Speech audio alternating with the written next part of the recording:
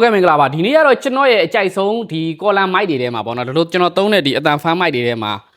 ကျွန်တော်အကြိုက်ဆုံးတစ်စိတ်ဖြစ်တဲ့ Hollyland ကိုကျွန်တော်အရင်ကျွန်တော်သုံးတာဒီ Hollyland Lens M1 ကိုသုံးတာပေါ့နော်အခုဒီမှာနောက်ထပ် M2 ထပ်မှာထားရပေါ့နော်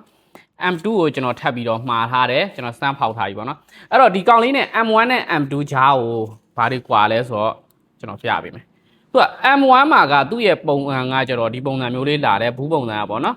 ်ပြီးရင်သူ့ရဲ့အတွင်းထဲမှာဒီလိုမျိုးလေးလာတယ် receiver ပါမယ်ဒါမျိုး mic လေးပါမယ်ပေါ့နော်ဒီ mic လေးပါမယ်ဒီ mic လေးရဆိုလို့ရှိရင်ကျွန်တော်တို့ noise ဆူညံတန်းတွေကို short ချပေးတာတွေပါတွေတော်တော်လေးကိုကောင်းတယ်ပေါ့နော်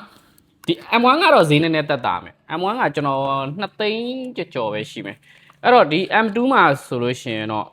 ဈေးကတော့တော်တော်လေးကွာသွားမယ်ဈေးကွာသွားမယ်ဆိုတော့ဒီကောင်လေးက6သိန်း9သိန်းပတ်ချာလဲလောက်ရှိမယ်ကျွန်တော်ကထိုင်းရနေပြီးတော့ဓာတ်ရိုက်မှာတာပေါ့နော်ကျွန်တော်မြန်မာနိုင်ငံမှာမဝယ်ဘူးပေါ့နော်အစ်စ်လဲလိုချင်တာလဲပါတာပေါ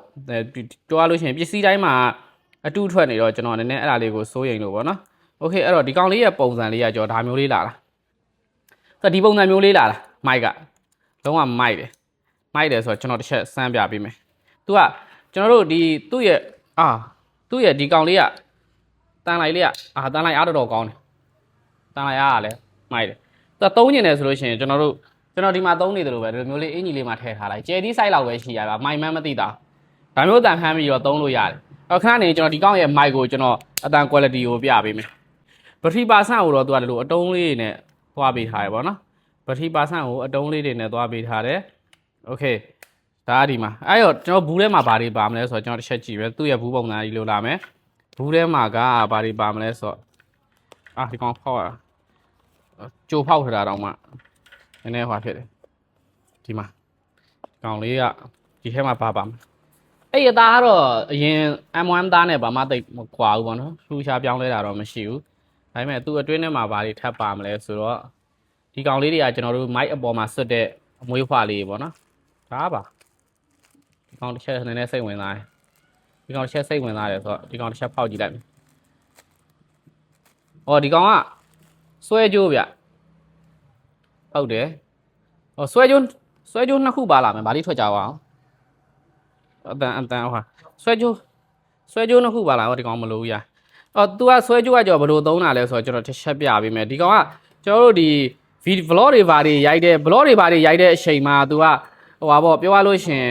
်တချို့ကျတော့ဖြစ်ရှင်တဲ့ခါတွေဆိုလို့ရှင်လေဘင်းမှာဆွဲထားလို့ရတယ်ပေါ့နော်ကျွန်တော်ဒီဟာလေးကိုလေဘင်းမှာဆွဲထားပြီးတော့ဒီ mic လေးကိုဒီလိုမျိုးတက်ပြီးတော့လဲအတန်ဖမ်းလို့ရတယ်ပေါ့နော်ဒီကောင်ကမိုက်တယ်ဒီလိုမျိုးအတန်ဖမ်းနေတယ်ဆိုလို့ရှိရင်လည်းအဆင်ပြေတယ်ဗျဆွဲကြိုးအနေနဲ့သုံးမယ်ဆိုလို့ရှိရင်လည်းဆိုင်းမိုင်းပါညာမိုက်တော့မိုက်တယ်ဗျမစိုးအဲ့တခုတော့သဘောကျသွားပြီဆွဲကြိုးလေးပါလာတယ်โอเคပါအဲ့ဒါလေးကိုသဘောကျတယ်မစိုးဘူးအဲ့တော့ဒီကောင်လေးကဆွဲကြိုးပါမယ်နောက်ထပ်ဘာပါအောင်မလဲနည်းနည်းတော့လေးတယ်ဒီမှာအာသွင်းကြိုးပါမယ်ဘာမှမပါဒါပဲထွေထူးတော့ဘာမှမပါဘူးအာသွင်းကြိုးပါမယ်ဒီဆွဲကြိုးလေးပါမယ်ပြီးပြီဆိုလို့ရှိရင်အဲ့ဒါပဲအဲ့တော့ကျွန်တော် mic အတန်စမ်းမယ်โอเคအဲ့ဒီတော့ကျွန်တော်ဒီ mic လေးရဲ့အတန် quality ကိုစမ်းကြည့်မယ် M2 မှာဘာတွေကွာမလဲတအားကြီးတော့ true shy မကွာပေမဲ့သူ့ရဲ့ဒီပုံစံလေးကိုကျွန်တော်ကြိုက်တာသူ့ရဲ့ပုံစံလေးကတေးသေးလေးရဲ့ကျဲသီးပုံစံမျိုးလေးအပြင်သွားတဲ့ခါတွေမှာတော်တော်လေးအဆင်ပြေတယ်ဒီဆွဲကြိုးလေးပါလာတာလည်းတော်တော်လေးကိုမှအဆင်ပြေတယ်ကျွန်တော်ဒီဆွဲကြိုးလေးကိုလည်းကြိုက်တယ်ဒီဟာလေးကိုလည်းသဘောကျနေပြီအဲ့တော့ကျွန်တော်တို့ blog တွေရိုက်တဲ့အချိန်မှာတစ်ဖက်လူအားနာလို့ခိုးရရတဲ့ blog မျိုးတွေရှောင်းရိုက် blog တွေဆိုလို့ရှိရင်တော့ဒီ mic လေးကတော်တော်လေးကိုအဆင်ပြေမယ်နောက်ဆုံးပိတ်ကျွန်တော်တို့ကဒီကောင်လေးကိုများသောအားဖြင့်ဒီလိုမျိုးပဲသုံးတာများဒီလိုသုံးရဆိုလို့ရှိရင်ဘယ်မှာသွားရှာမလဲသူ့ရဲ့ mic ကလုံးဝတေးသေးလေးဗျာအပြောက်ပဲလုံးဝ smart ဖြစ်စေရပေါ့နော်ကျွန်တော်တို့ဟိုဖြစ်တယ်အတန် quality ပါညာတော့ပြီးမှနားထောင်ကြည့်လိုက်မယ်အခုဒါဒီ mic နဲ့ရိုက်နေတဲ့အတန်အဲ့ဒီတော့ကျွန်တော်ကဒီပစ္စည်းတွေကိုကျွန်တော်ကဝါသနာပါတယ်လူတယောက်မလို့သာဖြစ်တာပေါ့နော်ဝါသနာဘယ်လောက်ထိပါလဲဆိုကျွန်တော် mic တွေကမရှိတော့ဒီမှာ digital တို့ပြီးလို့ရှိရင် JTI တို့ကျွန်တော်တို့ကဒီအတန်ဖမ်းတဲ့ mic တွေနဲ့ပတ်သက်လို့ရှိရင်ကျွန်တော်ကတော်တော်စုံတစိမ့်တွေကင်ခဲ့အဲ့တစိမ့်တွေကင်ခဲ့တဲ့အကုန်လုံးထဲမှာကျွန်တော်စပြီးတော့အသေးဆွဲဖြစ်သွားတာဒီ Hollyland ကဘာဖြစ်လို့လဲဆိုတော့ iShow Speed ကိုယ်တိုင်လည်းကင်ထား YouTuber iShow Speed ကင်ထားတဲ့တစိမ့်လည်းဖြစ်တယ်ပေါ့နော်သူကိုယ်တိုင်လည်းအဲ့ဒီ mic နဲ့ပဲရိုက်ဒီကောင်နဲ့ကျွန်တော်စမ်းရိုက်ကြည့်တဲ့အချိန်မှာဒါလေးကဒီက model တစ်စင်းနေပေါ့နော်သူ့တက်တစ်စင်းနေဒီကောင်လေးနဲ့စမ်းရိုက်ကြည့်တဲ့အချိန်မှာတော့မှ2သိန်းကျော်ဝန်းကျင်မှာသူ့ရဲ့အတန် quality ကတော်တော်လေးကိုမှကောင်းတယ်ပေါ့နော် အဲ့မှာကျွန်တော်ကြိုက်သွားအဲ့ဒါနဲ့ဒီ2သိန်းကျော်တန်မိုက်ရဲ့အတန် quality ကကျွန်တော်တို့အခုမြန်မာနိုင်ငံရဲ့ဈေးကွက်ထဲမှာရောင်းနေတဲ့10သိန်းဝန်းကျင်တန်မိုက်တွေနဲ့ကျွန်တော်ရှင်ပြီးရိုက်ရဲတယ်အဲ့လောက်ထိအောင်ကျွန်တော်အာမခံတယ်ဘာလို့လဲဆိုကျွန်တော်ကိုယ်တိုင်ကအဲ့ဟိုပြောရလို့ရှင်တကယ် brand မြန်မာနိုင်ငံမှာနာမည်ကြီးတဲ့ brand တော်တော်များများဒီ mic brand တွေကိုကျွန်တော်စမ်းသုံးတာမဟုတ်ဘူးလက်ရှိကိုကျွန်တော်သုံးနေတာဒါပေမဲ့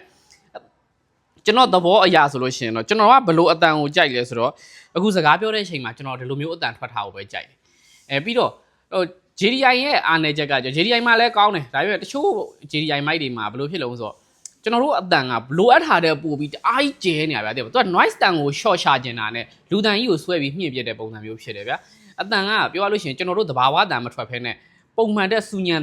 ကိုယ့်ရဲ့စကားပြောတဲ့အတန်ကစူညံတန်ကြီးထွက်နေအဲ့ဒါကြီးကိုတစ်ချက်မကြိုက်ဘူးပေါ့နော်ဒီ mic တွေမှာကြောဒီတစ်စိမ့်မှာအဲ့လိုမျိုးပြဿနာတွေမရှိဘူးကျွန်တော်အဲ့ဒါကြောင့်ဒီတစ်စိမ့်ကိုကျွန်တော်ကြိုက်လုံးလို့ကျွန်တော်ရအောင်ရှာတယ်ဒါပေမဲ့ထုံးစံတိုင်းကျွန်တော်ကဂျင်းမီမှာကြောက်တယ်အတူတွေကိုတွေ့မှာကြောက်တဲ့အတွက်ကျွန်တော်ကထိုင်းကိုကျွန်တော်လှမ်းပြီးတော့မှားတယ်ပေါ့နော်အဲ့မှာကျွန်တော်စိတ်ချတဲ့နေရာတွေရှိတယ်ကျွန်တော်မှကျွန်တော်ဂျိန်းနေကျွန်တော်ရှိရပါတော့အဲ့ကိုကျွန်တော်တကူတကမှားပြီးသုံးတာဒါကျွန်တော်လုံးဝရောင်းဖို့မဟုတ်ပါဘူးကျွန်တော်ထိုင်းကျွန်တော်သုံးဖို့အတွက်မှားတာပေါ့နော်တကယ်လို့အဲ့လိုသုံးကျင်တယ်ဆိုလို့ရှိရင်တော့မှလူကြီးမင်းတို့အနေနဲ့သုံးကျင်တယ်ဆိုလို့ရှိရင်တော့နှစ်ပတ်ကနေတစ်လဝန်းကျင်ထိကြာနိုင်တယ်မှားလို့ရှိရင်ပေါ့နော်ကျွန်တော်လူမျိုးသုံးကျင်တယ်ဆိုရင်ပေါ့မြန်မာနိုင်ငံထဲမှာဝယ်မယ်ဆိုလို့ရှိရင်တော့ဒီကောင်တွေက9သိန်းပတ်ရှာလဲလောက်ရှိမယ်ကျွန်တော်တို့ဟိုမှာလို့ရှိရင်တော့အဲ့လောက်မကြဘူးပေါ့နော်ဈေးကအဲ့တော်တော်နည်းနည်းတက်တာမယ်ပေါ့နော်ဒါပေမဲ့အချိန်တော့ပိုဆောင်ရပါတယ်